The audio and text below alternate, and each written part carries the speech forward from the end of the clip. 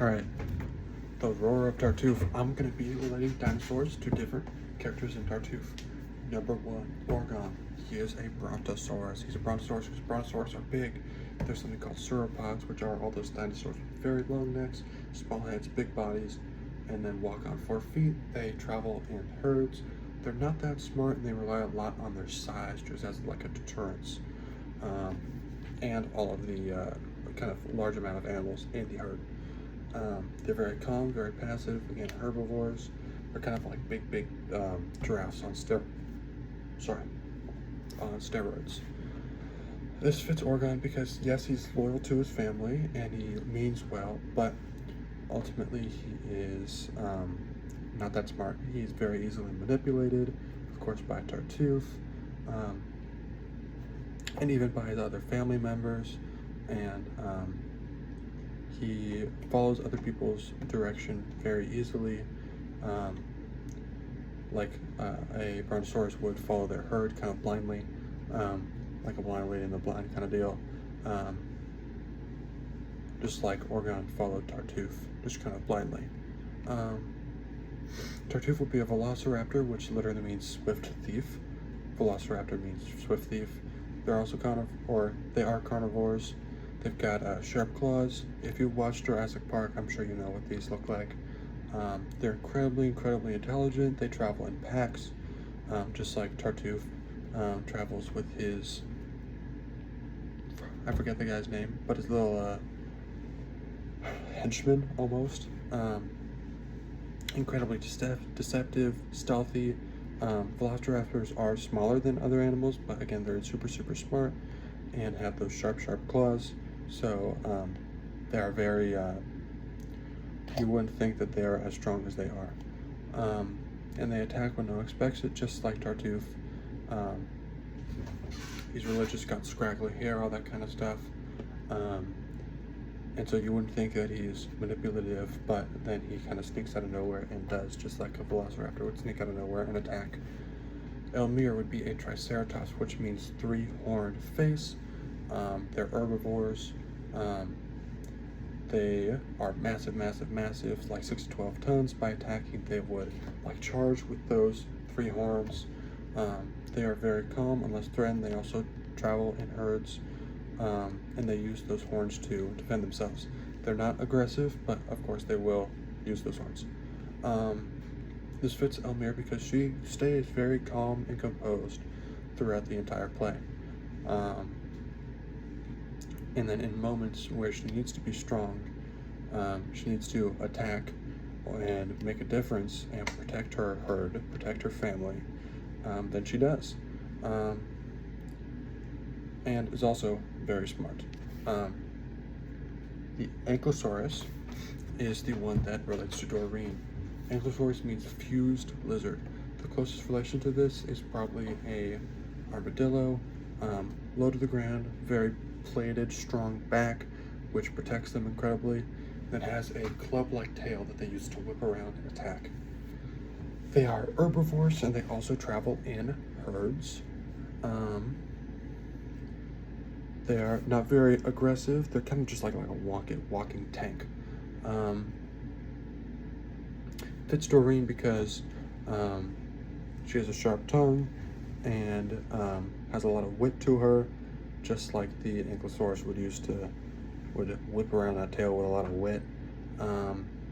She's pretty loyal and unshakable, and strong, just like a Ankylosaurus, and really underestimated, because Ankylosaurus would be very close to the ground, smaller, but has those big strong plates on the back that would protect them, which you wouldn't really expect out of an animal that size. Just like Doreen, being doesn't look like an aggressive person, but has a lot of power behind her. Next one's Cleante, which would be an iguanodon. Iguanodon means iguana tooth. They are herbivores. The closest thing I can relate them to is probably a big kangaroo, because they do sometimes travel or they do most of the time travel on 2 legs, but can switch to 4 if they would like. They are herbivores. They are pretty peaceful, lived in herds, and could defend themselves if they needed to. Iguanodons had spiky thumbs, and they're pretty darn smart. Just like Lante, very logical, balanced, calm, doesn't fight too often, but does use his defenses when he's kind of pushed. And instead of trying to like just straight up attack someone, always tries to reason with them, walk them through things, and is overlooked but is strong in kind of his own way. The next one would be a Stegosaurus, would be Mary Ann.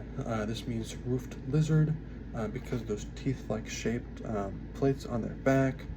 They walked on 4 legs, were peaceful, shy, gentle. They didn't really like to fight and would only do that when absolutely necessary. Just overall very quiet and passive, kind of the graceful beauty. It had a lot of different colors, just like Mary Ann, kind of, she has that kind of traditional feminine energy and beauty and brings that into the play. And then people like Doreen or Elmire would do her fighting for her pretty much.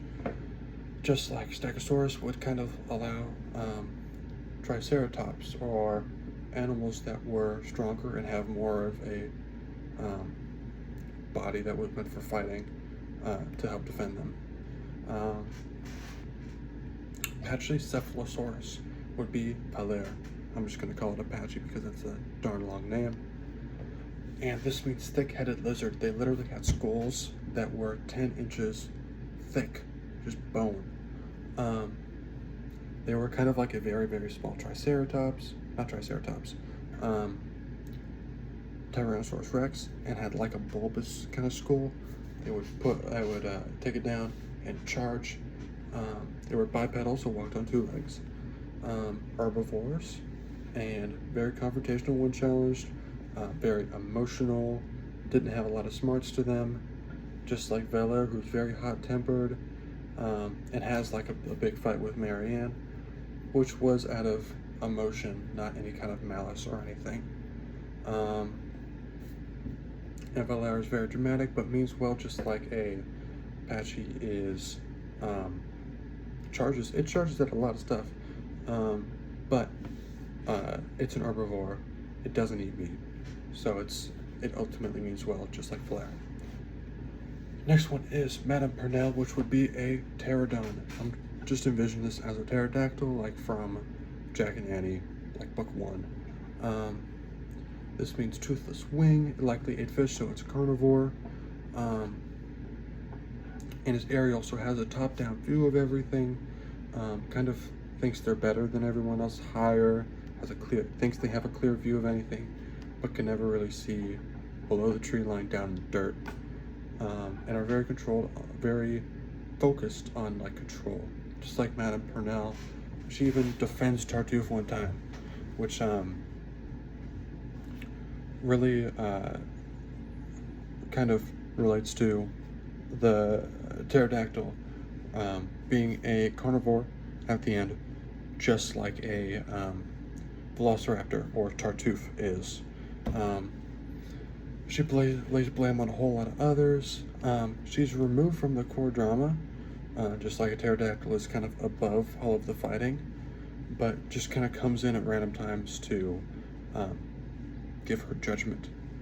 And the last one is Damis, or Damis, who would be a Carnotaurus. I'm just going to say Carno, which translates to meat-eating bull. They've got 2 horns right above their eyes, which they put their head down and charge. They're very fast. Got arms that are even smaller than a Tyrannosaurus Rex's. And this relates to Damis because he's very aggressive, impulsive. He goes after Tartuffe without really thinking about it and goes straight to tell Orgon. He doesn't really plan things out. That is all of the characters, all of the major characters. And so, thank you for listening to me. If you haven't watched Jurassic Park, please do. And even if you have, watch more of them. There's 3 Jurassic Parks. I think there's 2 or 3 Jurassic Worlds. There's 3. Go watch them. They're great. Thank you.